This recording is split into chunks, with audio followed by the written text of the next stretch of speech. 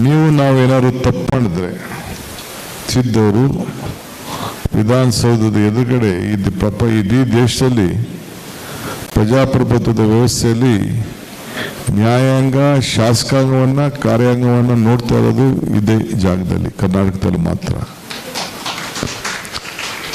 So ನಾವಿಬ್ಬರು ತಪ್ಪುಗಳು ಮಾಡಿದಾಗೆಲ್ಲ ಮಾಧ್ಯಮದವರು ಒಂದು ಕಡೆ ನ್ಯಾಯಾಂಗ ತಿರ್ತದೆ, ಒಂದು ಕಡೆ ಪತ್ರಿಕಾ ರಂಗದವರು ನಮ್ಮ ಎಲ್ಲ ತಪ್ಪುಗಳನ್ನು ಹುಡುಕಿ ಬರೀತಾರೆ.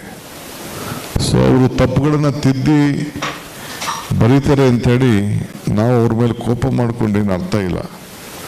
ನಾವು ಏನು ಮಾಡ್ತಾ ಇದ್ದೀವಿ ತಪ್ಪನ್ನಂತ ನಾವು ತಿದ್ಕೊಳ್ಳೋಕ್ಕೆ ಒಂದು ಅವಕಾಶ ನಮಗೆ ಸಿಗ್ತಾ ಇದೆ. ಇದನ್ನು ನಾವೆಲ್ಲ ಅರ್ಥ ಮಾಡ್ಕೊಳ್ಬೇಕು. ನಾವು ತಪ್ಪು ಮಾಡಿದ್ರೆ ತಾನೇ ಅವ್ರು ಬರೆಯೋದು. ನಾವು ತಪ್ಪು ಮಾಡಲಿಲ್ಲ ಅಂದ್ರೆ ಯಾಕೆ ನಮ್ಮ ಮೇಲೆ ಬರೀತಾರೆ? ಇದು ಕೂಡ ನಮಗೆ ಮಾರ್ಗದರ್ಶಕರು ಅಂದ್ಕೊಂಡು ನಾವೆಲ್ಲ ಕೆಲಸವನ್ನು ಮಾಡಬೇಕಾಗ್ತದೆ.